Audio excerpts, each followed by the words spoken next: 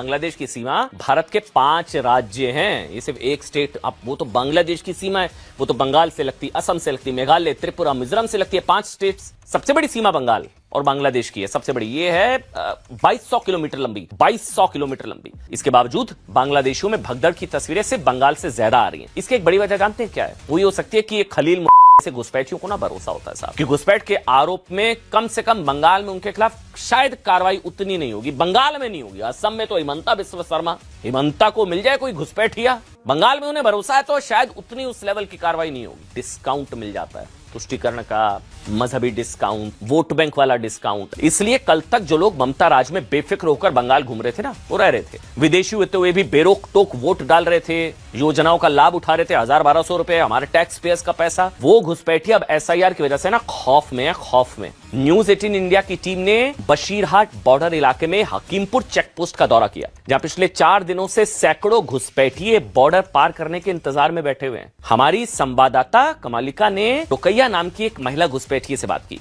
जिसने कहा कि उनके पास वोटर कार्ड है, उसने वोट भी डाला है, उसे वोट डालने के लिए 500 रुपए मिले थे। अब आप समझ कर देखिए ये कितना बड़ा रैकेट चल रहा था। कहते हैं एसआईआर नहीं होना चाहिए, एसआईआर नहीं होना चाहिए। कह रहे हैं वोटर कार्ड बन गया, आधार बन गया, वोटर कार्ड, उसको 500 रुपए वोट डालने के मिलते थे, इसलिए अब वो बांग्लादेश वापस जाना चाहती है, क्योंकि 2002 के वोटर लिस्ट में ना उसका नाम नहीं है। भरे पड़े हैं ऐसे घुसपैठिए जो बंगाल में सरकारी योजनाओं का लाभ उठा रहे हैं। एक नहीं है, मेरून बेगम, शहनवाज, अबुल कलाम आजाद जैसे घुसपैठिए तो अपना वोटर कार्ड बनाकर भारत के वोटर बन चुके हैं। ये वोट डालते हैं, सरकारें चुनते हैं, पैसे मिलते हैं वोट डालने के, योजनाओं का लाभ उठा रहे हैं। सोचिए अगर विदेशी नागरिक बंगाल के चुनाव को प्रभावित कर रहे हैं तो लोकतंत्र के लिए कितना बड़ा खतरा है। ये लोग कहते हैं एसआईआर से, शुद्धिकरण से लोकतंत्र खतरे में, या इन घुसपैठियों की वजह से लोकतंत्र खतरे में। साहब ममता बनर्जी को वोट बैंक खिसकने का डर सता रहा है, ये कहती है बीजेपी। और टीएमसी के नेता खुलकर कह रहे हैं कि एसआईआर के बहाने घुसपैठियों को किसी ने हाथ लगाया ना, खैर नहीं। जैसे ही बशीरहाट बॉर्डर पर सूरज ढलता है, वैसे ही सैकड़ों घुसपैठी अपने परिवार और सामान के साथ आने लगते हैं।